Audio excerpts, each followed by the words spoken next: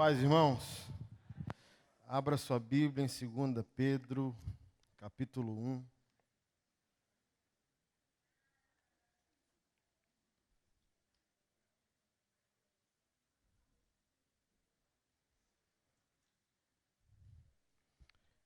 Segunda Pedro, capítulo 1, verso 1.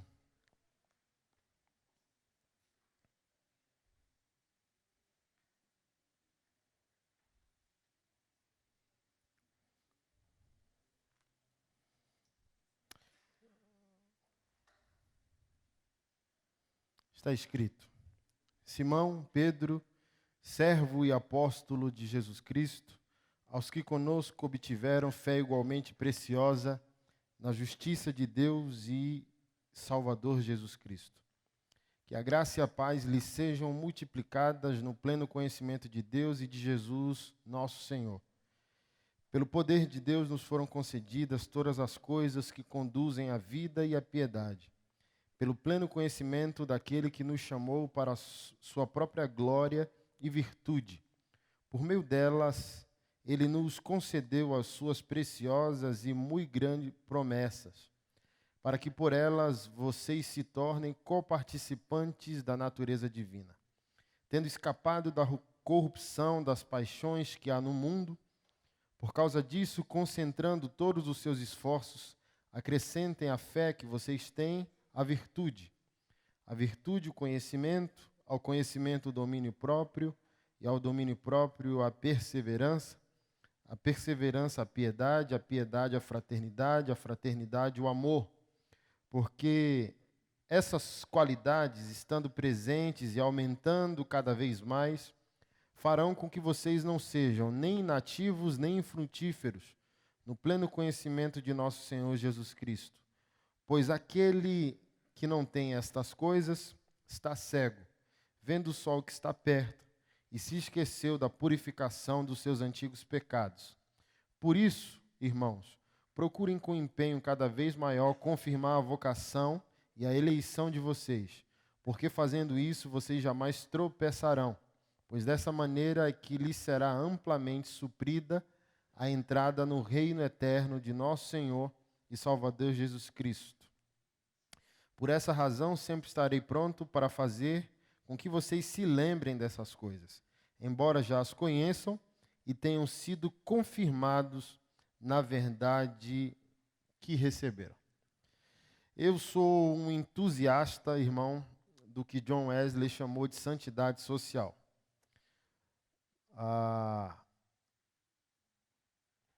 Sem plenitude cristã, a gente não consegue estender lá fora o que nós celebramos aqui dentro. Então, a minha fé, ela é angustiada com isso. Eu não consigo lidar, né? Quando eu exponho isso nas minhas pregações ou na minha igreja local, as pessoas acham que eu sou um crítico da igreja, né? Que me dá uma angústia muito grande de perceber que grande parte de nós, ou maioria de nós, assume quase máscaras sociais. Uma pessoa na igreja, uma pessoa fora da igreja. Uma pessoa no casamento, outra pessoa no trabalho. E não tem uma inteireza, né, de caráter, nem uma inteireza espiritual. Isso me deixa nervoso e eu acho que eu aprendi com a Bíblia. Eu acho que eu aprendi com Jesus. Essa angústia de ter que lidar com a aparência das coisas quando Deus deseja que a gente lide com a essência das coisas. Por exemplo, a ira de Jesus com o comércio do templo, por mais surpreendente que seja, não é o comércio em si. Jesus não ficou nervoso porque as pessoas estavam vendendo animais para serem sacrificados. Jesus ficou nervoso com a hipocrisia envolvida ali. Por exemplo, você pega o livro de Isaías, a palavra do Senhor diz lá que Deus prometeu que um dia sua casa, que começa com o povo hebreu, começa com o judeu, seria casa de oração para todos os povos, ou todas as nações, e a palavra usada é gentilidade, ou seja, todo aquele que o próprio judeu considera impuro, profano, intocável. Então Jesus estava cantando a pedra desde o Antigo Testamento. Olha, um dia a minha casa, que hoje é para o judeu, não será mais do judeu, será para todos os povos. Então Jesus, como um judeu, sai de casa e vai para o templo adorar. Então você sabe que o templo era dividido em vários átrios ou pátios. Tinha o de Israel ou de Jerusalém, tinha o de mulheres, tinha o de homens, tinha só o dos sacerdotes. Então, o sacerdote circulava em qualquer espaço que ele queria. O homem poderia ir no da mulher, mas não poderia ir nem no de Israel e nem dos sacerdotes. A mulher só poderia ficar no da mulher. E na parte exterior, a calçada, havia o pátio dos gentios, que eram os pagãos, que mesmo convertidos ao judaísmo, circuncidados, não podiam celebrar dentro do templo judaico. É como se eles participassem de um culto como esse, da celebração, mas eles só podiam ouvir lá fora o som da adoração. Eles não podiam entrar. E estava tudo bem, porque Deus preserva também o pacto da aliança. Havia dizeres no templo naquela época, por exemplo, se um gentio ultrapassar essa linha do templo, ele responderá pela própria vida. O que significava isso? Ou um judeu xiita mataria o gentio, ou o próprio Deus mataria o gentio, porque havia pactos da antiga aliança muito bem definidos. Mas Deus também estava contente que as nações estavam convertendo ao pacto da aliança. Então, quando Jesus vai para o templo, que ele chega perto do templo, está tendo comércio. Aí chuta onde estava sendo feito o comércio. Dá um palpite aí para mim. No que sobrava para o gentio. Não estava sendo feito dentro. Estava sendo feito no espaço exterior, na calçada, no pouco que sobrava para as pessoas que não tinham a aliança. Aí vem a indignação de Jesus. Quando, antes dele virar a banca dos mercadores, ele lembrou o versículo de Isaías. O que ele disse? Vocês não lembram do que está escrito? A minha casa será chamada casa de oração para todos os povos. Então, a indignação de Jesus não é o comércio, é a seletividade social, é a exclusão social. É a hipocrisia de dizer que é sagrado e não ter uma conduta sagrada. É a mesma hipocrisia da Santa Ceia. Se tornou robótico a nossa celebração da ceia do Senhor. Se tornou robótico nós pastores subirmos ali e lermos um único texto bíblico que todos já decoraram aqui, que é 1 Coríntios, capítulo 11. É raro você pegar um líder que consegue falar da ceia em qualquer lugar da Bíblia. Em várias partes que a gente pode fazer isso. Mas restritamente nós focamos onde? 1 Coríntios 11. E o texto é áureo. Já não tem nem mais paixão. Nós pastores não subimos lá mais no púlpito para celebrar a ceia com paixão, fogo, convicção. Entendeu? Mais um dia, abre a sua Bíblia, ou nem abre. Examine, pois, o homem a si mesmo e coma. Mas se a gente for ler o texto com honestidade, não tem nada a ver de pecado circunstancial. Pecado semanal, pecado de anteontem. Então o texto não está mandando você julgar a si mesmo baseado no que você fez ontem.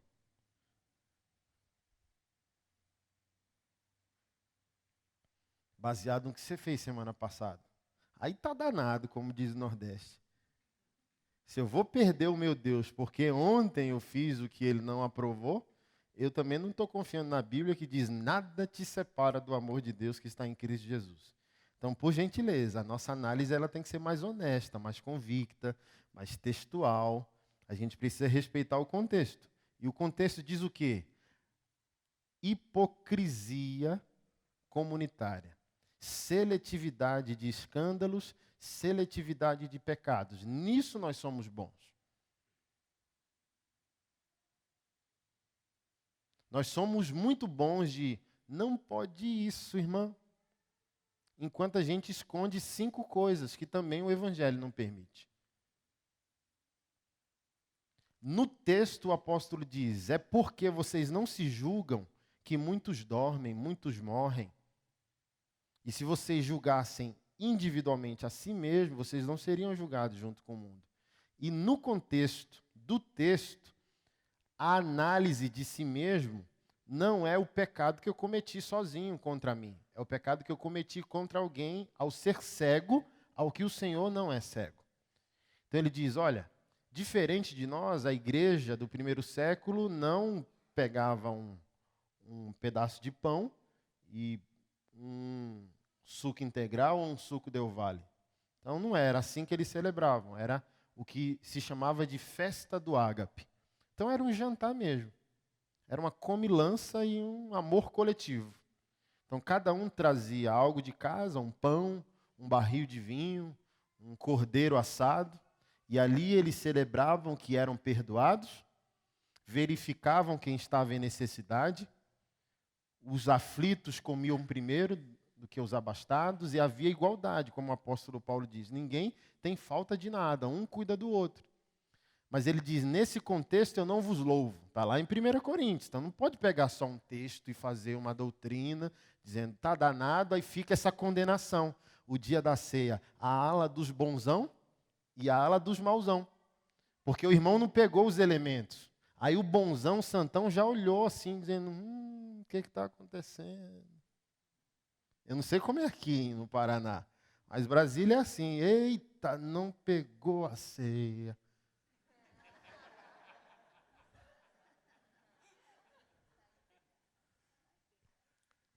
Olha só, que análise equivocada.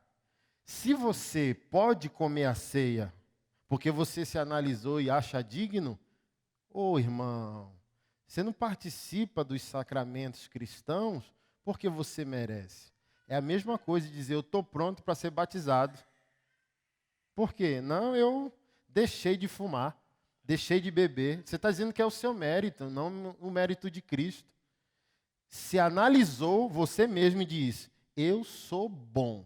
E agora eu posso comer o corpo de Jesus. Agora eu tenho moral de beber o sangue de Cristo. É um absurdo, eu acho.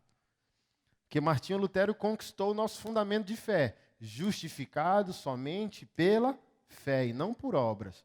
Então, Paulo não está mandando eu analisar para me perceber digno.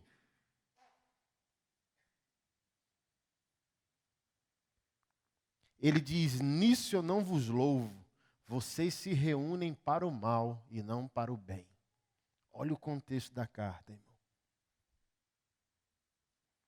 O que ele está dizendo em outras palavras? Vocês se reúnem para adorar, para ouvir a minha palavra, e isso não faz bem a vocês. Faz mal. Porque entre vocês há quem beba ao ponto de se embriagar. Isso no ágape, na Santa Ceia. E há quem passe fome debaixo do seu bigode.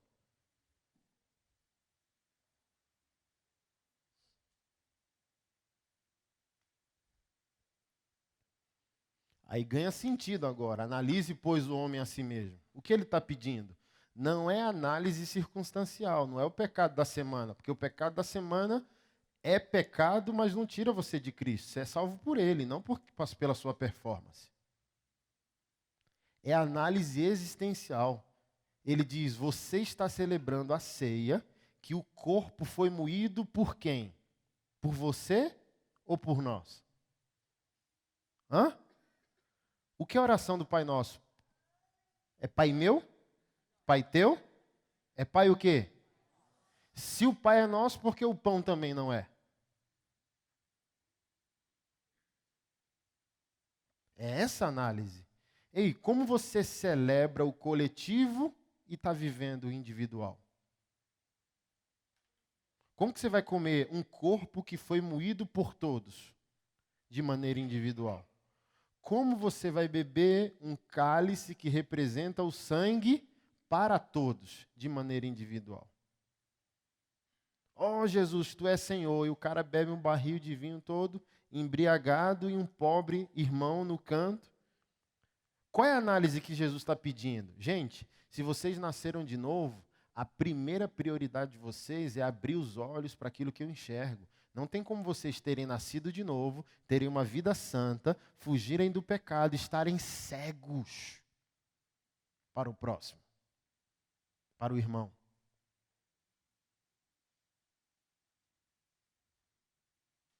Analise, pois, o homem a si mesmo. E o que é bom? Coma.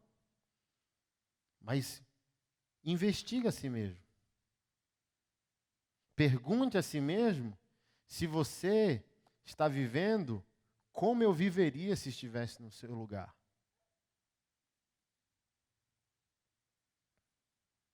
Então, a Santa Ceia não é sobre pecado individual. Essa é a boa notícia de hoje. É sobre pecado comunitário. Quem não enxerga o outro está em pecado e não pode comer a ceia. Porque a ceia celebra a morte para nós e não para o eu. Se você não é coletivo, você não pode tomar a ceia no individual, no singular. É só fazer uma releitura hoje do texto.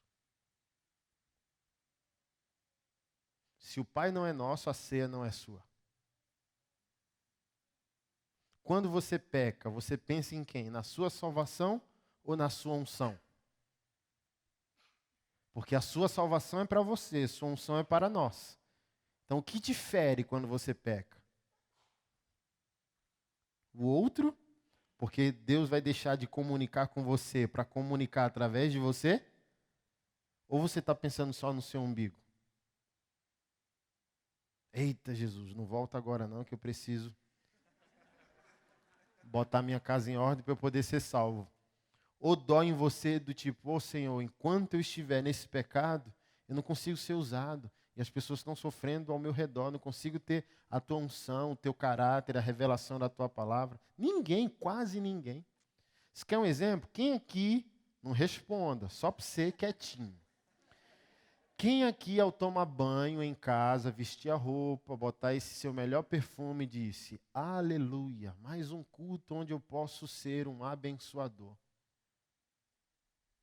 Você veio aqui só receber ou veio também dar? Esse é o sentido da ceia. Se eu só sou consumidor daquilo que a igreja vai me oferecer, não sou digno da ceia, porque é um conceito coletivo. Eu tenho que tomar banho dizendo, Senhor, eu vou para a tua casa. Fala comigo, me dê as ferramentas que eu preciso, conceda as tuas dádivas, misericórdias e milagres, mas também me faça um milagre. Quem aqui vai tomando banho, aleluiado, dizendo, fala comigo, mostra o irmão que estiver precisando de um abraço?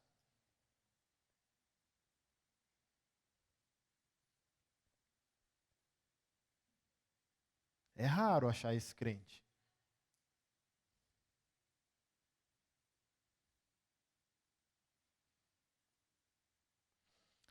Então, na minha análise, não é uma crítica, eu sou a igreja, eu não posso falar mal de mim mesmo, e nem tudo que eu estou falando eu também estou aprovado, ok? Nós nos tornamos especialistas em como congregar para si, mas ainda não estamos especialistas em viver isso lá fora, e nem aqui entre os irmãos. Lá na minha terra, em Brasília, né, a minha dor maior é isso, que a busca lá pelo funcionalismo público individualiza as pessoas. E quando as pessoas vão para a igreja, eles viram adoradores de nuca. Senta na cadeira para consumir o que está sendo dito do púlpito, foi embora, irmão, ele corre igual um ninja, assim, ó, vup, cadê o irmão? Sumiu. Porque ele não quer comungar.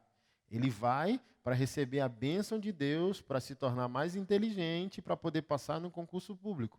Nossa brincadeira lá em Brasília é, o candango nasce, cresce, passa no concurso público, compra um apartamento em Águas Claras e morre.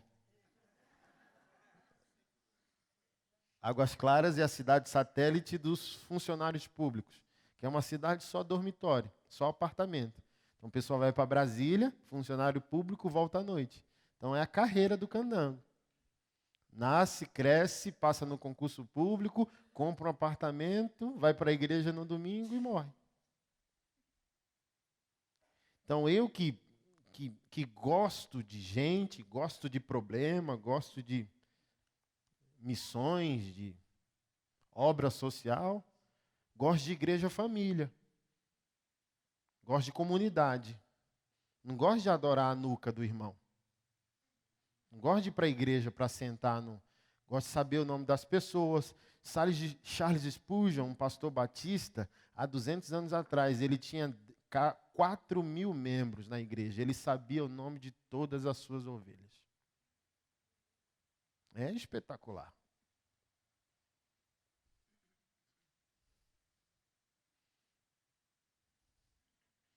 E é uma cultura que passa por nós, pastores, passa pelos voluntários, passa pelos irmãos.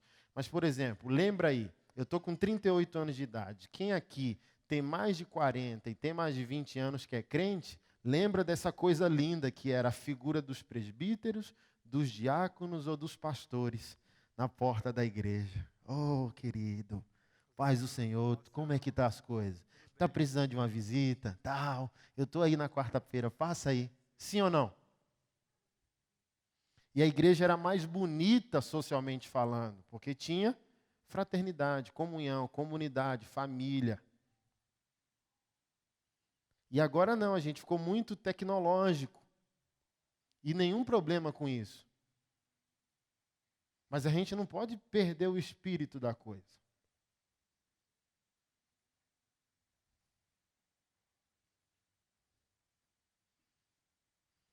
Preguei isso no núcleo de pastores aqui de Curitiba na quarta, usando o pensamento de um pastor falando sobre o substantivo pastor que perdeu o adjetivo.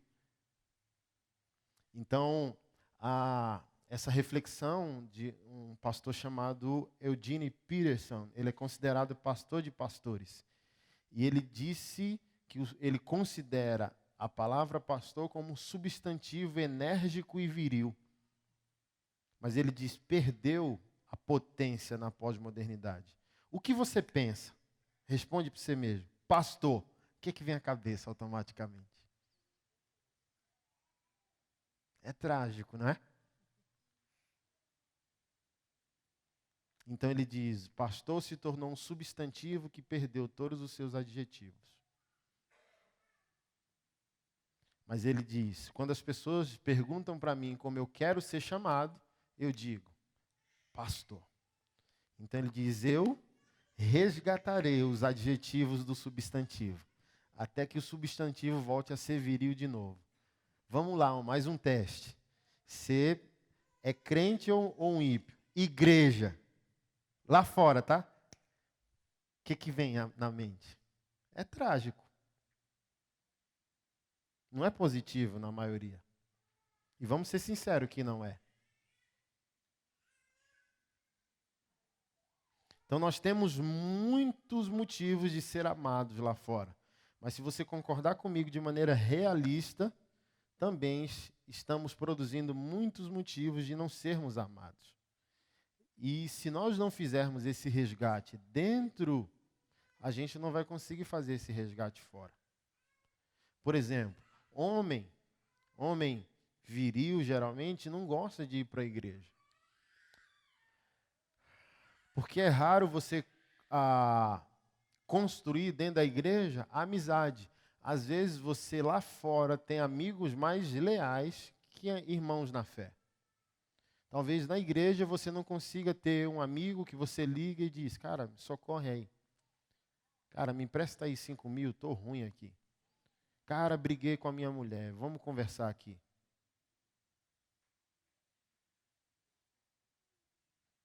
Então as pessoas estão convertendo para viverem de maneira solitária dentro da igreja. Vem adorar Jesus para ver se são salvos, mas está cada um adorando seu próprio Deus como se nós não fôssemos irmãos. Como se nós não pudéssemos contar uns com os outros.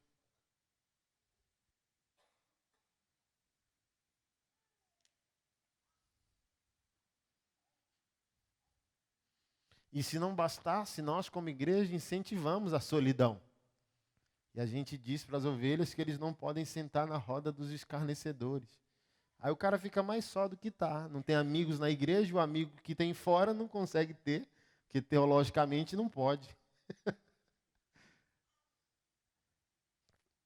Então, se a gente não está em comunhão dentro, como a gente vai causar uma diferença lá fora? Como que o mundo vai achar a nossa fé atraente, magnética? Que era isso lá em Atos. E a igreja e o Senhor acrescentava dia após dia os que tinham que ser salvos, e a igreja caía na graça do povo. Então o povo olhava para a igreja e, de certa maneira, achava bonito ser crente. Tem uns escritos de Flávio Josefo, que foi um historiador judeu, e ele lançou, divulgou, né, as falas de alguns imperadores romanos sobre os cristãos. É lindo. Alguns imperadores disseram: é um povo que não tem medo da morte. É um povo que acha digno morrer pelo seu Deus. Mas o que eu mais gosto é a fala de um imperador que diz: cristão é a comunhão de um povo que se ama e adora juntos o seu Deus ao pôr do sol. Olha só a análise de um perseguidor da fé. Ele diz: cristão é um grupo de pessoas que se amam e adoram juntos o seu Deus quando o sol se põe. Então ele viu na cidade assim: o sol está se pondo. Aí os irmãos se encontravam, comiam juntos, riam, adoravam, cantavam, ministravam a palavra e voltavam felizes para casa. Em 1 Coríntios 11, o apóstolo diz: vocês estão saindo da igreja pior do que vocês entraram. Vocês estão congregando e isso está fazendo mal a vocês. E ele disse: nisso eu não vos louvo.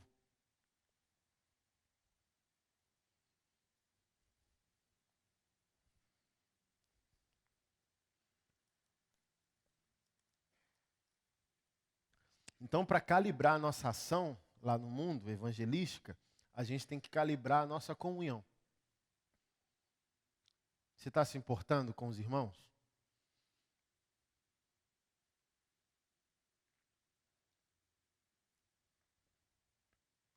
Você está se envolvendo com os irmãos? Você está se envolvendo com a igreja?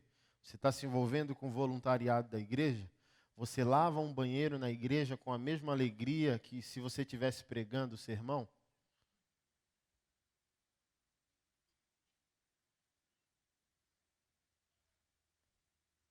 Porque tem muita gente querendo o microfone da igreja. Mas a prova que você entendeu o amor de Deus é querer a vassoura da igreja. Porque para Deus é equivalente pregar e limpar. Porque se não limpar, não tem como pregar, fica insuportável o ambiente. Se o banheiro não for limpo, agora, nesse exato momento aqui congregando, a gente saberia que alguém não amou a Deus o suficiente. Você está aqui? Então, se a gente está falhando no nosso amor como igreja, uns com os outros, aí fica difícil evangelizar o mundo ao nosso redor. Porque se eu me importo com meu irmão, vou me importar com o perdido. Por exemplo, você não viu o irmão aqui, não é só função nossa como pastores. Porque quando a gente, na segunda, vai ligar para o irmão que não veio, o irmão vai se sentir assim: ai, será que o pastor está ligando porque me ama? Ou o pastor tem outro objetivo? Aí a gente sofre, irmão. Porque se a gente não ligar, diz: ninguém me ligou. Se a gente ligar, está dizendo que é meu dízimo. Não é fácil vida de pastor. Então você pode ajudar a gente de uma maneira espetacular. Você não viu, irmão, que tal ligar? Irmão, a gente está com saudade. Ô, irmão, tem um mês que você não vem. Porque a fala não é essa. Eu sou, irmão, parece que eu sou o expert de ouvir isso. Ninguém me ligou. Não que eu me importe. Não, você não se... Se não se importasse, ó, não estava falando isso. Mas olha que interessante, irmão. Quem quer ligação nunca ligou. Quem quer amor nunca amou. Quem quer visita nunca visitou. Hum?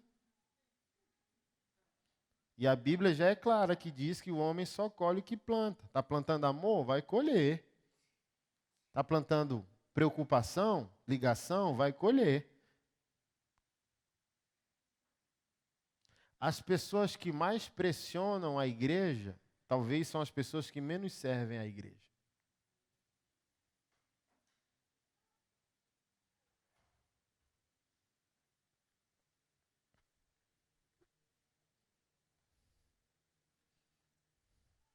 Mas vamos lá. Deixa quieto. Vamos ao texto.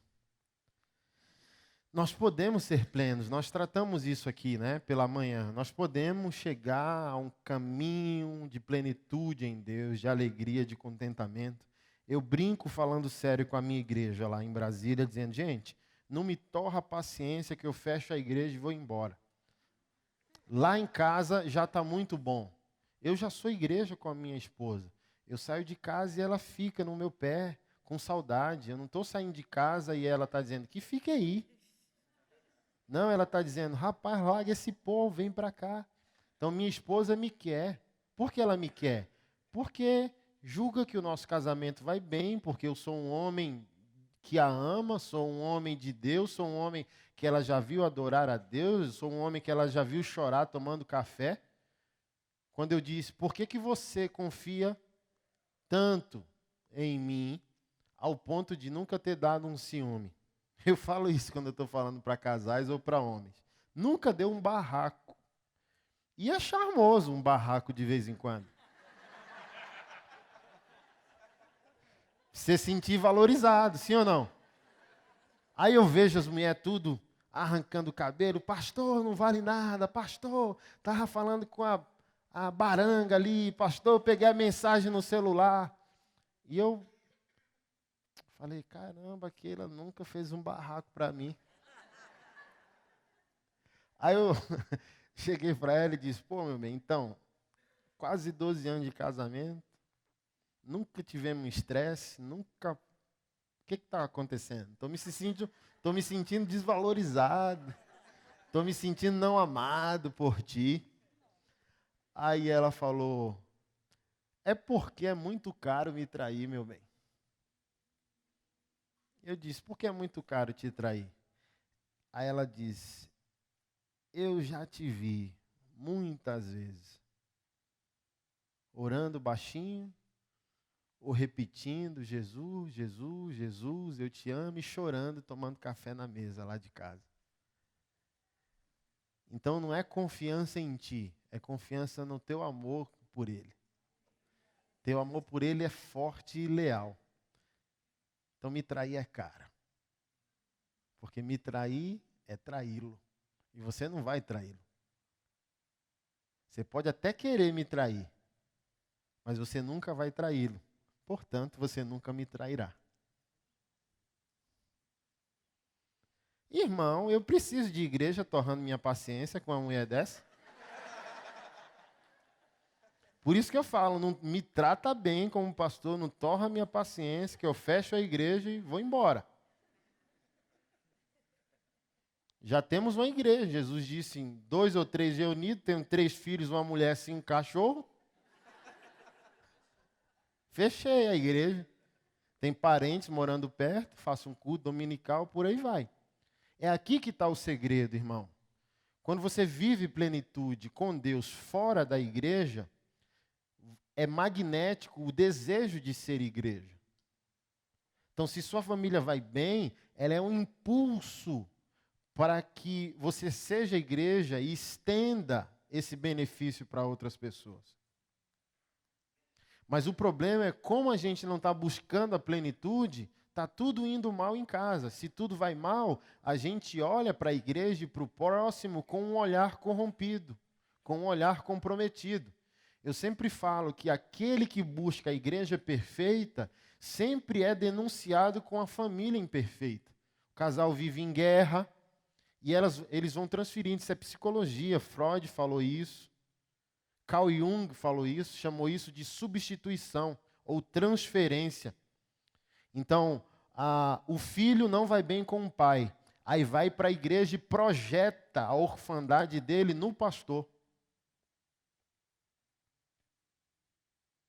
A esposa não vai bem com o marido. Aí quer o gabinete pastoral e involuntariamente entra até um erotismo nessa relação pastoral com o pastor. É por isso que volta e meia pastores caem em pecado. Porque a mulher, ele tem toda a responsabilidade moral, ética e espiritual dele, mas a mulher vem totalmente vulnerável. A ordem do meu pastor é que gabinete tem que ser de vidro. Porta de vidro ou janela de vidro no gabinete. Porque, irmão, as pessoas são tão desconexas do evangelho na vida que você não sabe como elas entram num gabinete. Pastores amigos meus já relataram de mulheres entrarem no gabinete para um momento de discipulado com vestido e tirarem o vestido enquanto o pastor prega para elas.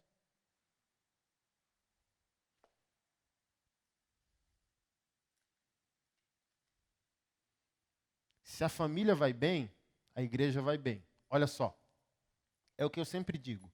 Nem igreja, nem casamento tem problema. Primeiro ponto, casamento não existe sem a conjugação de quem os indivíduos são. E a igreja não existe sem a conjugação do que somos como família. Então, ninguém fala com a AME. Tem como falar com a AME? Não tem. Não tem como ligar, ela não é uma pessoa física. Você está aqui? A única maneira de falar com essa igreja que nós estamos aqui congregando nesse exato momento é a comunicação com as suas famílias. Se essas famílias não funcionam de segunda a sábado e elas se encontram no domingo, Deus nos acuda. Mas se as famílias dessa igreja vão bem de segunda a sábado e se encontram no domingo, pode alugar outro galpão, porque ninguém segura o crescimento.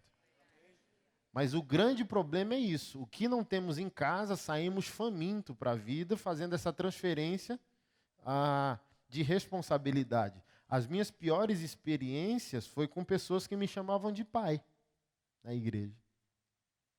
Não que paternidade não exista, mas ela só é saudável quando uma ovelha dá para mim, como pastor, o que já está dando ao pai. Ela honra o pai natural, aprendeu com a igreja, comigo e com o evangelho, a honrar o pai, porque não é necessidade, é merecimento. Então, concorde com seu pai ou discorde, ele pode ser alcoólatra, dependente químico. A honra não é uma necessidade dele, é uma linguagem do reino. Se ele dá honra ao pai, eu aceito a honra dele. Mas eu não tinha essa maturidade na época. Ô, papai, tinha gente que me chamava de papai na igreja. Chega o espinhaço da minha esposa, arrepiava. Sai dessa. Aí eu falei, pô, Keila, que bonitinho. Me chamam de pai. Ô, Keila. Dito e feito, irmão. Você é homem, quando o Espírito Santo falhar na sua vida, ele usa a sua esposa. É o segundo Espírito Santo da tua vida. Dito e feito. Minhas piores experiências como pastor foi gente que me chamou de pai. Porque não é uma honra que vinha de uma transformação em casa. Era uma transferência.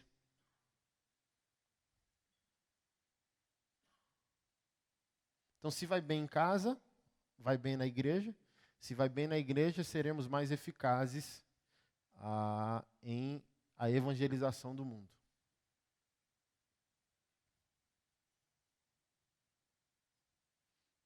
Eu vou dar aqui um testemunho bem forte. Um casal me ligou dizendo, queremos sair da igreja. Crente é ruim, irmão. Tem hora que crente é ruim. Ô, queridos, por quê, tal, não sei o quê. Amém, vamos orar. Não, a gente quer que o Senhor venha nos jantar aqui em casa, porque tem que maltratar o pastor. Entendeu? Eita, Jesus. Vamos, Keila, vamos. Aí fizemos jantar, a mesa ali. O marido falou 5 minutos. Aí eu já vi a raiz do problema, da disfunção. 5 minutos ele falou. E a mulher dele falou 2 horas. Mas me bateu, irmão. Me bateu que eu era falso, que eu não era pastor, que eu não amava, que eu só era um pregador de domingo, que eu não tinha amor pelas vidas. Mas com meia hora, o Espírito Santo, Freud e Jung me ajudaram bastante. Aí eu dominei assim, não me ofendi, já sei. Quando ela terminar de falar, eu vou bater a marreta bem naquele prego. E eu desmonto eles. Depois de 2 horas. Falou, filha? Falei. Mais alguma coisa, filho? E ele, bombadão, lutador de jiu-jitsu. Falamos. Aí eu virei para ela e disse, eu não sou seu pai. E virei para a esposa e disse, eu não vou transar com você. Eu não sou seu marido. Tem quanto tempo que você não transa? Aí eu baixa a bola. Vocês me ofenderam 2 horas. Ou aqui vai virar o ringue mesmo. Eu vou ter que ser o Anderson Silva agora.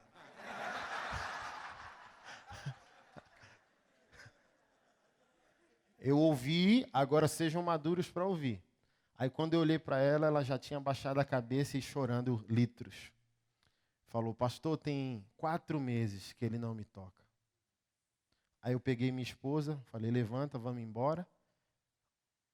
Se arrependam. Não culpem o mundo pelo que vocês estão vivendo. O óculos de vocês está embaçado. Eu não tenho responsabilidade. Você está querendo agredir o seu pastor por um crime que seu marido está cometendo contra você?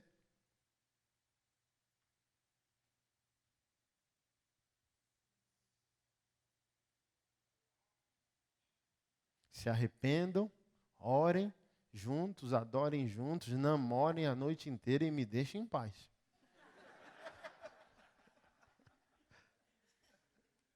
Estão casados até hoje. Mas olha, vou sair dali, eu sei que meu extrato bancário prova o quanto eu amo as pessoas e as ovelhas. Aí a pessoa joga um peso ali que eu aceito e saio arrasado. E não é minha responsabilidade. Pela falta de plenitude dele. Porque nós temos a mesma Bíblia. Eu sou pastor, mas ele tem a mesma Bíblia que eu tenho. Eu sou pastor, mas ele tem o mesmo Espírito Santo que eu tenho. Eu sou pastor, mas ele tem o mesmo acesso como filho de Deus que eu tenho. Então ele não pode me responsabilizar pela falta de plenitude que ele escolheu ter. Deus está acessível a todos. A oração do pastor não é mais poderosa, não. A oração poderosa é a oração do filho. Pai nosso que estás nos céus. Então o pastor, ele não é mais amado por Deus, ele tem maiores responsabilidades. Então, na casa do Senhor, ninguém pode culpar ninguém pela vida que está vivendo. Porque nos céus e nem no inferno haverá vítimas, porque não haverá coadjuvantes. Todos nós, diante de Deus, somos protagonistas da nossa própria vida e somos livres para fazer as nossas escolhas. Então não tem como chegar lá por osmose e dizer, Deus, vivi em pecado, mas sou da igreja do pastor Anderson. Entendeu? Deus quer que tenhamos uma vida plena. E a gente não tem desculpa. Vamos ver o texto? 1:2. Que a graça e a paz lhes sejam multiplicadas no pleno conhecimento de Deus e de Jesus nosso Senhor. Primeiro ponto. Não tem como ser pleno sem uma leitura sistemática da palavra de Deus. Não tem como você desejar plenitude se nem a palavra você tem dentro. Ó Deus, fale comigo. Sim, meu filho, mas Deus não vai falar algo novo se você não valorizou o que já foi dito, que tem 66 livros. Uma carta de amor a Deus destinada a você. Aí a gente quer a gente se tornou uma geração de cristãos com marca de mão na cabeça, porque sempre se coloca na defensiva, como coadjuvante, sempre na espera do extraordinário, do profético, do homem de Deus liberar a palavra, e a gente, né, só quer a oração. Aí já tem a marca da mão na cabeça. Então não tem como ser pleno por osmose.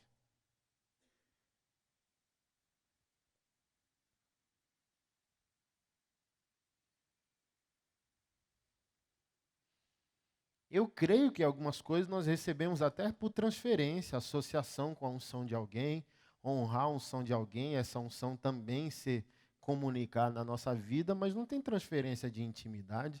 Temos que adorar e ler a Bíblia. Nunca vi isso, nunca vi conhecimento bíblico por Bluetooth.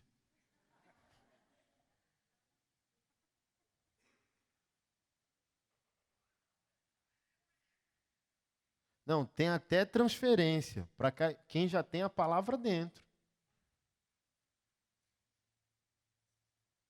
Porque sem a palavra dentro, você não tem nem maturidade para avaliar se o que está sendo pregado por mim hoje é mentira ou verdade. Você tem que ter o parâmetro da palavra, como os bereanos, de não, o que esse tatuado falou está aqui. Não, não falou não concordo, não está na Bíblia. Então você tem que ter fundamentos bíblicos até para discordar do que eu estou falando aqui, se não tiver escrito. Mas às vezes a gente rapidamente aceita as coisas que são ditas do púlpito, porque a gente está tão frágil que a gente substitui a ajuda do alto pela autoajuda.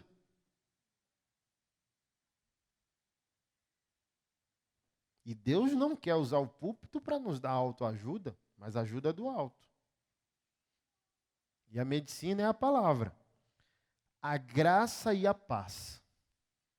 A graça é um meio pelo qual Deus comunica sem mérito. A paz que excede o entendimento, que Paulo disse aos Filipenses e aos Colossenses, multiplicadas onde? No pleno conhecimento de Deus e de Jesus, nosso Senhor. E onde tem um pleno conhecimento de Deus? Na palavra, nas Sagradas Escrituras.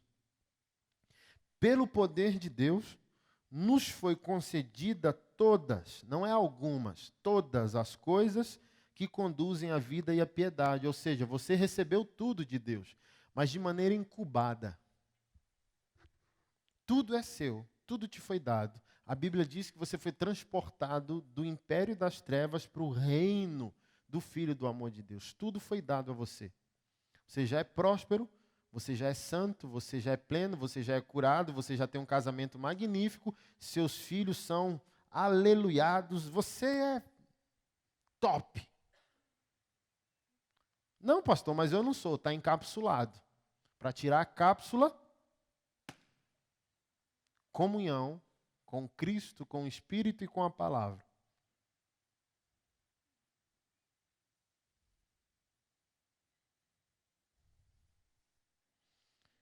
Pelo poder de Deus nos foram concedidas todas as coisas. Deus não está mentindo, já foi dado.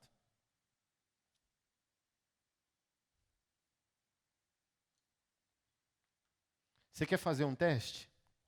Dever de casa, dinheiro. Se Deus quiser, não funciona com dinheiro. Vamos guardar essa dever de casa? Assim, ó. Está quebrado financeiramente. Está quase no SPC Serasa. E está assim, ó, igual uma menininha. Ai, ó Deus, não me dê a riqueza, nem a pobreza, porque a riqueza me voltará contra ti, e a pobreza eu blasfemarei contra ti. Seja o que tu quiseres. Nunca vai viver um milagre financeiro. Se Deus quiser, não cabe para a oração de provisão financeira. E quase nunca Deus tem a ver com o dinheiro que já te deu. Já deu. Foram concedidas todas. O que eu faço, pastor Anderson? Guerra, irmão. Porque olha só, quem é pai e mãe, levanta a mão. Quem aqui já acordou e ao ir para a cozinha viu o filho assim, ó? O que é isso, filho? Qual é o seu nome? Gerson. Seu filho? E seu nome? Davi. O Gerson acordou e o Davi na cozinha. Gerson, santíssimo, grandioso, magnífico Pai. Que isso, meu filho? Eu te imploro, por amor ao teu nome, me permita abrir a vossa geladeira. Por amor do teu nome, não deixe o teu filho morrer de fome. Deixa eu tomar o café da manhã, que já está na mesa. Ele já fez isso, Gerson? Por que ele nunca fez isso? Alguém consegue responder? Porque ele é, e tudo que é dele é. E por que você está implorando a Deus por algo que é seu? Por que você está implorando a Deus por algo que Deus já deu? Então não é mais com Deus. Que já deu. Agora você tem que ser maduro para entrar no nível de guerra. Com quem, pastor Anderson? Com Mamon. Dízimo está feito? Check-up? Tá. Ó, até arrepio, irmão. É real, irmão. Minha vida é pautada nisso. Oferta está dada? Sim. Preocupação com os pobres? Ok. Esmola? Nunca mais levante a janela do vidro no semáforo. Mas ele vai fumar pedra. Não, mas Mateus 25 não está perguntando o que o cara vai fazer. É um testemunho. Se ele receber o teu dinheiro sagrado, ele tem uma desculpa a menos para dar a Deus no juízo.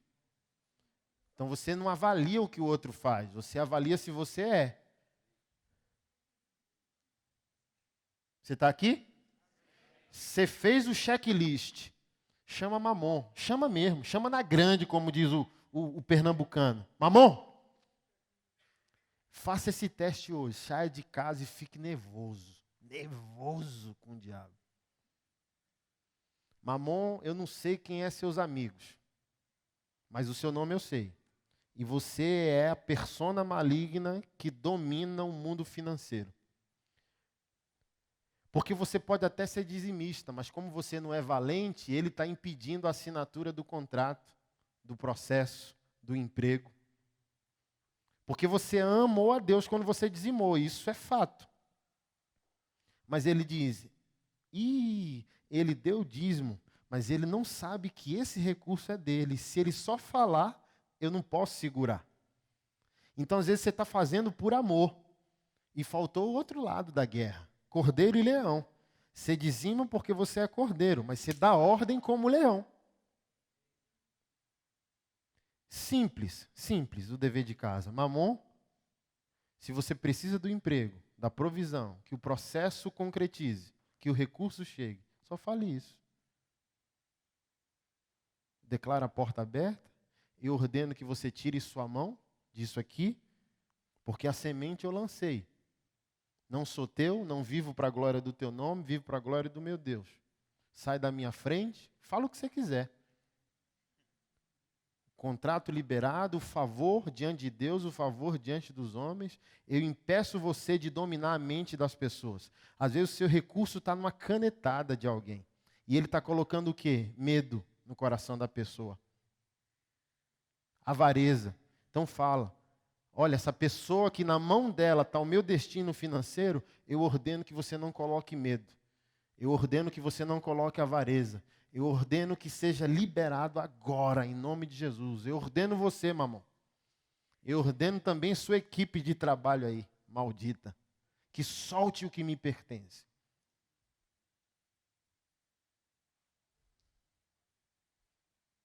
Seus filhos da mesma maneira. E se Deus quiser, o meu filho vai sair das drogas.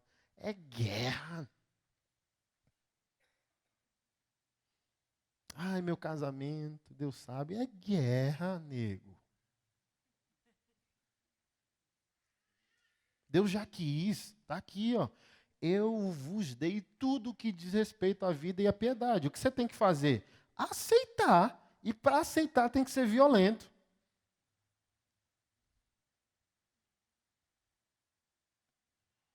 Eu tenho uma oração quase diária. Eu oro por uma convergência mundial e milionária de recursos em meu favor. E funciona, macho. Só ano passado eu ofertei 12 carros.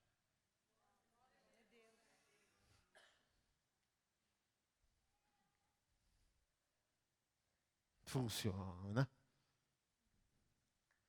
Funciona tão bem que se eu puxar o extrato das minhas contas, não dá R$ 1.000 hoje. Porque num dia eu posso ter 100 mil, no outro posso ter 1. Mas a guerra é violenta, que o mamon olha assim e diz, eu não aguento não brigar com tatuado. Porque, irmão, o mamon sabe que nem dizimista eu sou mais, eu virei tu dizimista. A minha oração não é mais o que eu dou, é o que Deus me permite ficar. Não é mais brigando com a calculadora 10%. É Deus, você me deixa o quê? Irmão, eu comprei o carro dos meus sonhos, 0, banco caramelo. Assim, ó, senti o gato da balada. E minha esposa falou bem assim, ei, você é um pai de família, você deveria comprar um carro feio de 7 lugares. Aí eu falei, meu bem, eu já sofri tanto, nordestino, criado sem pai. Deixa eu tirar uma onda que eu sou gatinho. 1 mês, irmão, Deus deixou eu com o carro. 1 mês. E num culto como esse, estava pregando e o Senhor disse, ha! O que foi, Senhor? Eu quero o seu carro. Você vai dar para aquele rapaz lá, um dos meus pastores. Ei, você lembra que quando a igreja começou, tinha dias que você não tinha o que comer? E ele dava o cartão dele para você. Você sujou o nome dele uma vez porque comprou e não conseguiu pagar, de tanto que ele te amou. E se você não viver cultura de honra, você vai parar de prosperar. Honre ele, dê o carro agora para ele. E aí, José? Como eu disse de manhã, dízimo de 1.000 conto é fácil. E dar um carro de 140 mil? Com 30 dias de uso.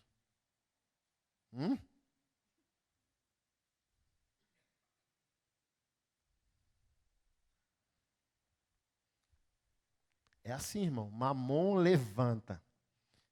Se o cristão está brigando com 10%, o diabo fica perto, rugindo ao derredor.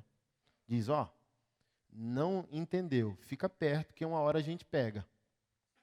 Mas o outro violento, ele diz, levanta e vai embora. Ele diz, não, esse tipo de briga eu não aguento. O cara dá antes dele pedir, o cara dá, é o contrário, o cara fica com 10 e dá 90. Aí o mamon levanta, irmão. Meu irmão, a nossa igreja fez uma curva tão espetacular que hoje em dia tem irmão, um dando casa para o outro.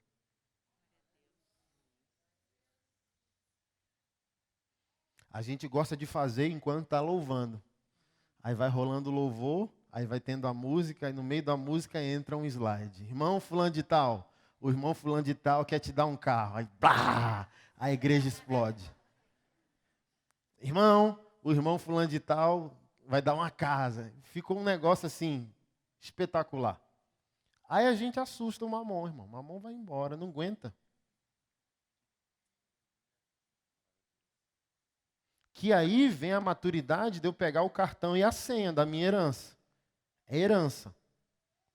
Que só usufrui com violência. Já foi dado. E como eu tenho acesso? Sendo maduro para viver de maneira estupidamente violenta, para a glória de Deus.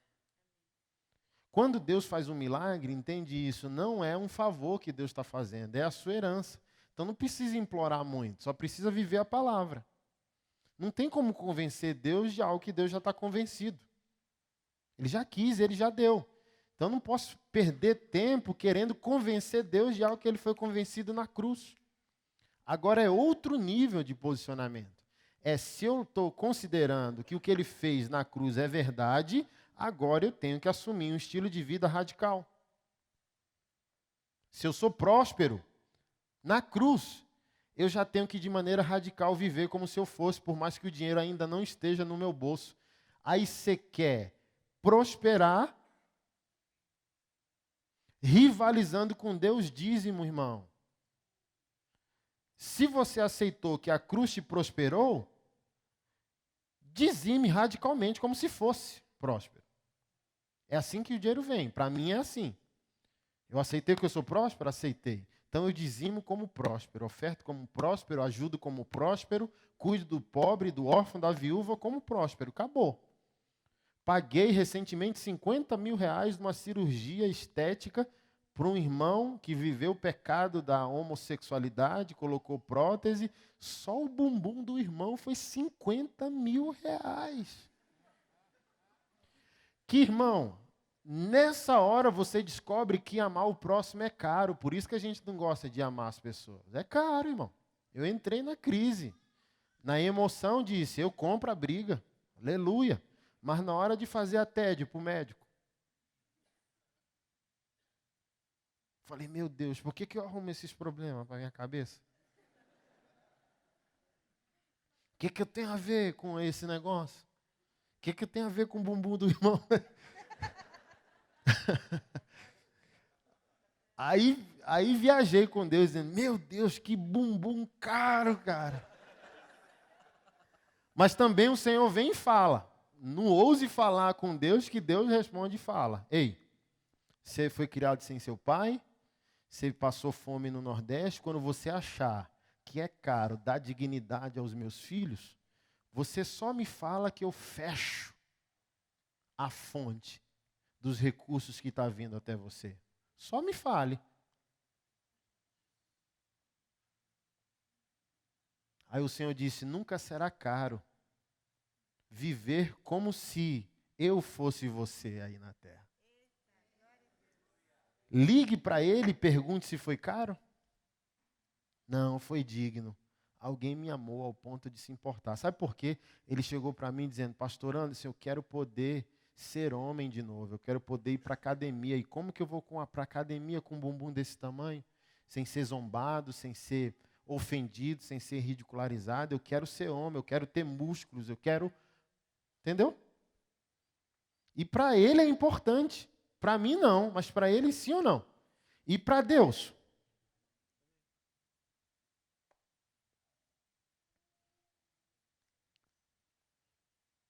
Isso é violência.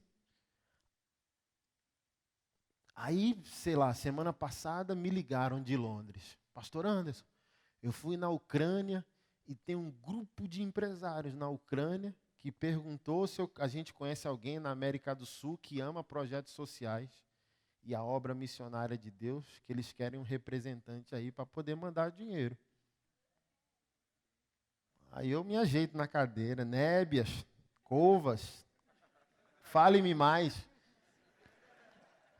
Aí falou, a gente vai ter uma reunião daqui a 3 semanas. E aí, você topa? Se eu topo, eu estou orando todo dia por convergência mundial de recursos, propósitos e pessoas. Aí ele falou, pastor, esses camaradas são tão fracos, que acabaram de ofertar para a Tailândia 380 milhões de euros. Aí eu entrei no ó, igual o assembleano. Aí eu falei para Deus, meu Deus, se fosse para mim, eu expulsava o Satanás do Brasil. Só para você ter uma dose grátis, como funciona a radicalidade do reino. Oferte como um avarento e sempre serás um. Oferte como um próspero e a prosperidade virá através de você.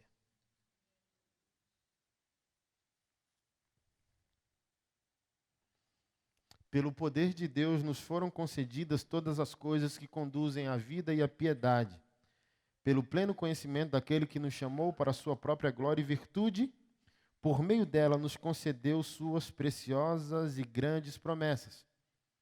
E para a gente encerrar, o mais espetacular é, para que por elas vocês se tornem coparticipantes da natureza de Deus. Ou seja, vamos falar uma heresia do bem nessa noite? Quanto mais você vive essa realidade, mais você se torna semelhante a Deus, agora e aqui. É como se você se tornasse Deus na terra. Para esse rapaz que nós pagamos a cirurgia, nós fomos Deus para a vida dele. Porque nos tornamos participantes da natureza de Deus. Então, Deus passa a intervir na terra como se ele mesmo estivesse agindo. Porque para nós é caro, mas pergunta quem está sofrendo receber de nós a dádiva de Deus.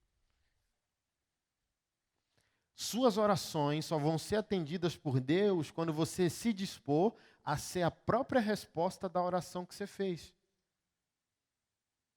É aqui que está o poder. Peça tudo a Deus, mas o que você está pedindo, você também está disposto. Quando eu passava esse tempo de necessidade, andava de metrô, um dia a minha esposa me deu o dinheiro para pagar as contas e eu entrei no trem. Dá esse testemunho para a gente encerrar. E no trem, irmão, teve uma experiência no campo missionário e minha esposa, logo após a gravidez do nosso primeiro filho, Deus falou comigo, nós saímos de Brasília e fomos para o campo missionário. Ela chegou a perder, irmão, mais de 7 quilos, fome. E ficava rindo. Eu falei, meu Deus, que mulher estranha. Qualquer mulher ia pedir divórcio. Um dia, na madrugada, eu tão pressionado, enlouquecido, assim, pelo abandono de Deus. Porque, irmão, eu falei isso mais cedo, no processo, Deus às vezes é muito cruel. Madre Teresa de Calcutá diz que a primeira pergunta que ela vai fazer quando vê Jesus é: por que você maltrata tantos os seus amigos? Porque, não sei se você já passou, tem os momentos do silêncio, não tem? Que doloroso. Rapaz, eu estou fazendo o que você mandou e você me abandona. Como eu disse mais cedo, é porque Deus não está no Cronos, Deus está no Kairos. Ele não está atrasado, ele está vendo um cenário todo e eterno. O que está acontecendo aqui é para promover o que é eterno. E às vezes a gente não vê, às vezes não enxerga. E eu fiquei tão enlouquecido, tão pressionado, irmão, que eu fui evangelizar no centro dessa cidade que nós fomos, que à tarde evangelizando. Voltei para casa à noite, quando eu cheguei, minha mulher rindo, né? Feliz, tal, magra. Se eu mostrar a foto, eu disse, meu Senhor da glória. Ela disse, meu bem, eu vi na TV uma atriz, o cabelo dela, um corte e tal, e eu queria tanto fazer esse corte. Aí eu olhei assim, irmão, um soco no coração. É, meu bem. Oh, aleluia. Glória, né? Um dia a gente consegue. E saí. Liguei o chuveiro e comecei a gritar de dor. Dizendo, eu não tenho 10 centavos para comprar um pão para o meu filho. E eu te amo. E eu não estou aqui reclamando. Mas que sentimento terrível de impotência é esse? De como homem você não poder cuidar da sua própria casa, da sua própria família, dos sonhos da sua mulher. Chorei, irmão. Nossa! Aí no sábado fui evangelizar no centro da cidade. Fui fazer isso numa loja lá. Pessoal crente. Aí foi uma missionária. E essa missionária foi orar por mim. E a primeira oração dela foi: ei, existe um processo para as coisas de Deus. É fácil analisar o fim da vida dos homens de Deus quando eles deixam legados. Mas difíceis são os processos. Olha, esse homem de Deus aqui se admira, ele está morto. Mas os primeiros anos da vida dele, ele tomou café, almoçou e jantou mingau de milho, porque não tinha outra coisa para comer. Não desista dos processos. Segundo, aí já não era ela mais, irmão. Eu já estava chorando, já. Não precise ir para o banheiro mais chorar. Eu mandei você vir aqui. E você precisa se submeter para aprender tudo o que eu tenho a ensinar. Você não está sozinho. É doloroso, mas eu estou com você. Aí o terceiro foi, ele mandou eu levar você para o mercado. Irmão, naquele ano, casado, eu nunca tinha feito compras no supermercado. Olha que drama a minha vida. Eu nunca como criança, adolescente, jovem e adulto, até 10 anos atrás não tinha entrado num supermercado para pegar um carrinho e fazer compras. Foi a primeira vez. Fiquei chocado assim, ó. Nescauzinho que você comprava na venda no Nordeste, pequenininho, e no mercado, 5 quilos de Nescau. Eu falei, meu Deus! E eu preocupado assim. E a missionária falou bem assim, ei, não fique preocupado como eu vou pagar. Assim como você não sabe como você vai comer, foi Deus que fez o milagre, eu não sei como eu vou pagar, mas eu vou pagar. Irmão, eu quebrei. Eu encontrei ela esse ano. Eu falei, rapaz, eu quebrei você. Ela falou, eu quebrou mesmo. Eu tive que pedir ajuda do meu pai para poder pagar a fatura do cartão. Porque, irmão, ela falou, pode, eu arrebentei ela. Enchi 3 carrinhos. Aí, voltando ao trem. Eu lá com as contas, com o dinheiro. E o Senhor disse, olhe para aquele homem. E tinha um homem com a criança no colo, uma esposa do lado. Eu olhei, Senhor. Não, você não olhou, olhe para esse homem. Olhei, Senhor. Não olhou, Anderson. Olhe para ele. Aí eu olhei para aquele cara. E ele tinha um olhar que eu tive há 10 anos. Aí o Senhor perguntou, você viu? Aí eu disse, vi. É a impotência. Eu quero cuidar da minha família e não posso. Aí o Senhor disse, dê todo o dinheiro para ele. Aí eu dei um pulo. Satanás. Porque nessas horas, irmão, o pastor Farley fala muito isso. Na hora dos benefícios a gente quer ser filho. Na hora das obrigações a gente quer ser a mulher adúltera. Ó, Senhor, tem compaixão de mim. Na hora da obrigação, a gente finge que não entendeu nada. Ah, eu sou um mísero pecador, tenha compaixão de mim. Na hora do benefício, a gente é o filhão de Deus. Não, dê tudo, me enriqueça, me cure e me prospere. Mas na hora que Deus chama, você fala, ai, eu sou o pior dos pecadores, tenha misericórdia de mim. Você está aqui? Aí na hora a gente quer enrolar o Senhor. Satanás. E o Senhor fala, que Satanás, rapaz, toma jeito. Dê todo o dinheiro para ele. Aí eu falei, não, vou dar 50 reais. E começou a briga com Deus. Vou dar 50. Não, mandei você dar tudo. Vou dar 100. Não, mandei você dar tudo. Eu vou dar 150. Não, eu mandei você dar tudo. Eu falei, vou dar 200. Eu mandei você dar tudo. Eu vou dar 300. Eu mandei você dar tudo. Metade, metade. Metade minha, metade dele. Porque eu não tinha esperança, irmão. Eu estava naquela condição da viúva. Se eu desse aquele dinheiro, acabou a farinha e o azeite, irmão. Aí no final eu já estava em luto, derrotado e dei. Saí do trem, estava de bermuda, então imagina, eu de bermuda, barbudo, careca, todo tatuado, abordando o cara na rua. O cara achou até que era assalto, armou para mim. E eu disse, calma.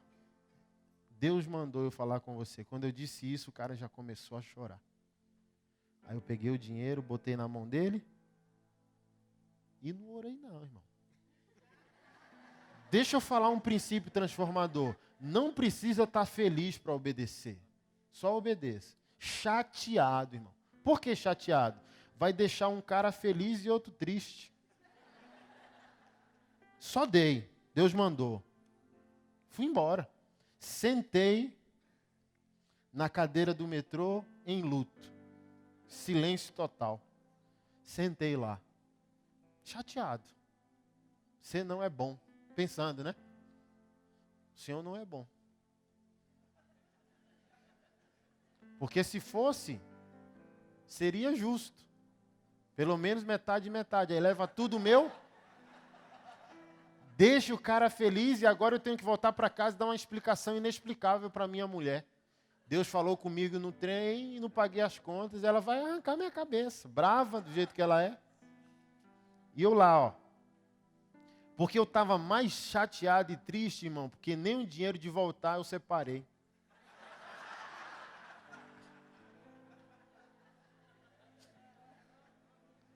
E lá, ó, passou um trem, 2, 5, 10, e eu ali, ó. Aí, irmão, eu tive uma das minhas maiores experiências de fé. Deus só falou comigo de maneira audível 3 vezes. Uma sobre o meu cachorro, quando eu morava com a minha mãe. Uma sobre a morte e a ressurreição do meu filho, em 2009. E essa vez, assim, ó, igual gente falando no ouvido. Vá chorar em casa. Deus falou. E a presença dele, imagina. A presença dele entrou no vagão do trem, eu ali sentado. Imagina, Deus te amando com a presença e você chateado, dizendo, sai daqui. Não quero falar com o Senhor. Vai chorar em casa, filho. Mas antes de ir chorar em casa, muito obrigado. Aí eu comecei a chorar. Porque além de chateado, eu sou crente maduro para entender que Ele manda e eu obedeço, quer eu fique chateado ou não. Ele é o oleiro e eu sou o barro. Então, Ele não tem que agradecer de nada. Manda quem pode, obedece quem tem juízo. Mas olha que Deus gentil nós temos. Muito obrigado. E para você perceber que eu sou bom, eu te fiz semana passada comprar um ticket do metrô que você não usou e está dentro do compartimento secreto da sua carteira. Aí eu falei, eu já estou louco, já é esquizofrenia, já não é normal esse negócio. Aí eu abri a carteira, incrédulo, abri o compartimento secreto da carteira, quando eu olhei lá o ticket do metrô. Vai chorar em casa, filho, ou fique feliz. Por isso que eu te agradeci. Pelo que o Senhor está me agradecendo? Deixa eu mostrar para você como funciona no reino espiritual. Você quer aprender? A maior lição da sua vida que vai te transformar para sempre? Eu disse, quero. Ele disse, sempre haverá uma necessidade, sempre. Por causa dessa necessidade, alguém vai orar a mim. E eu sempre responderei. Mas eu sou espírito. E a única parte material que eu tenho no mundo é você. O mundo tem mais de 7 bilhões de habitantes e Brasília tem mais de 2,5 milhões de habitantes. Você é a única pessoa que conseguiu me ouvir. Obrigado. Aí a raiva de Deus foi embora na hora. Sempre vai haver uma necessidade, sempre alguém vai orar por causa da necessidade. Deus sempre vai dizer sim, mas Deus não pode concretizar, porque Ele quis ter um corpo. Ele não tem corpo sem você.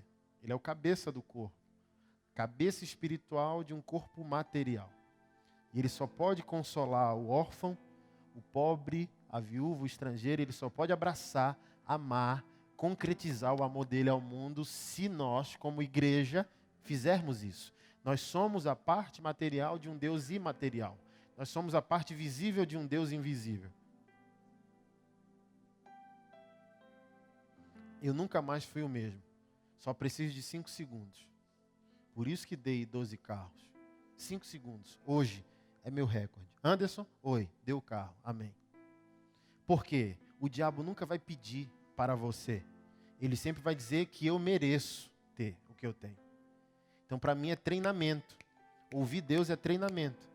Nunca fique em dúvida. Dê. Nunca será o diabo. O diabo não quer que você dê nada. O diabo só quer mentir para você, dizendo, você é digno, você merece, você suou, você estudou, você trabalhou, você juntou, é seu. Sempre será o diabo. Mas dê, sempre será Deus, por mais que seja absurdo. Você vê um cara rico, aí Deus diz, dê R$1. Você fala, o cara é rico. Mas às vezes o cara orou dizendo, Deus, faz um sinal ridículo e prova que tu me amas. Eu já vi gente fazer isso na igreja. Deus, que eu veja algo que eu nunca vi, prova que me ama, senão eu tiro minha vida hoje. Aí o pastor está pregando e alguém, ei! Deu um grito no meio do culto e o cara começou a chorar. Porque ele só pediu uma loucura. E o Espírito Santo dizendo para o outro, grite. Não, o diácono vai bater em mim, o pastor vai me expulsar da igreja. Mas um grito evitou um suicídio. Então, o outro nunca será o diabo. O si mesmo sempre será o diabo. O outro sempre será Deus. Abrace, ligue, ame, perdoe, dê.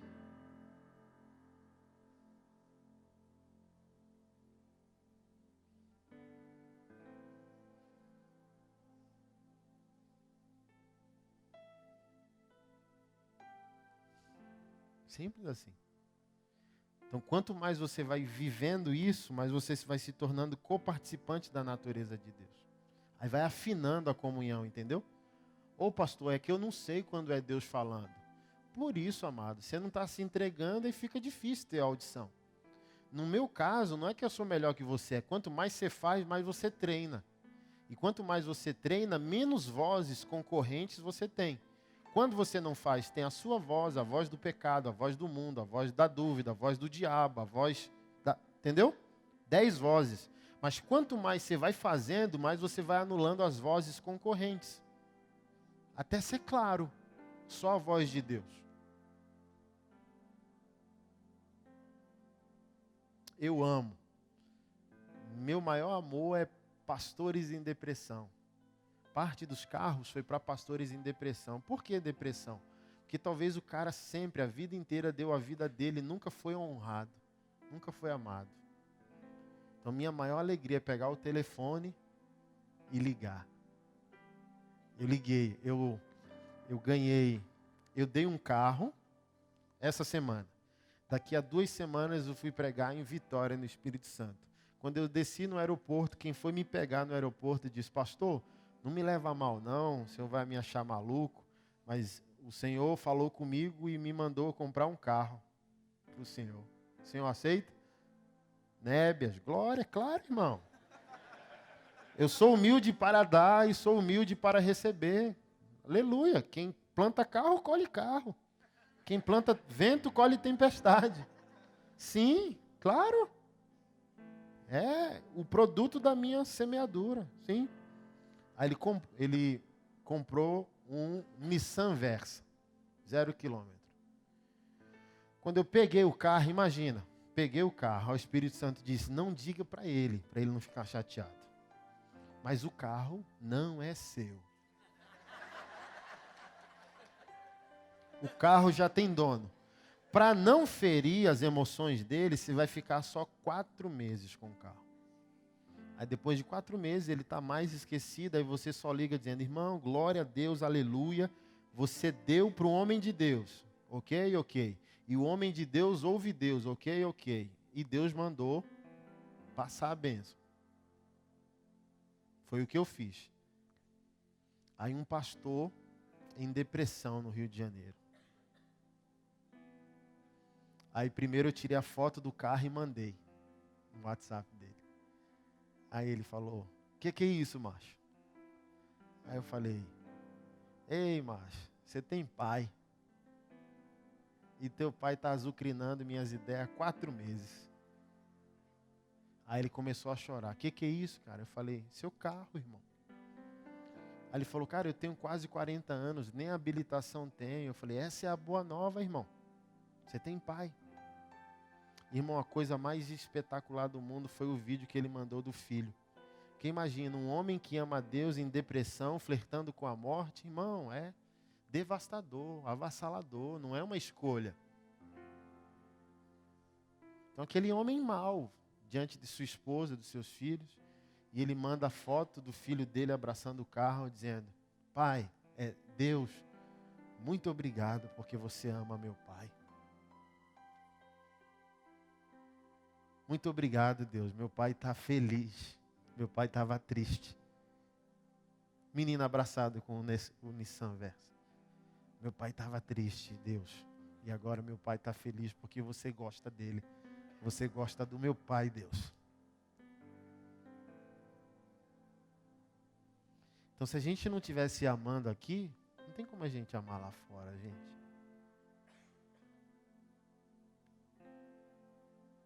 Se a gente não está pleno aqui, a gente não vai ser pleno lá.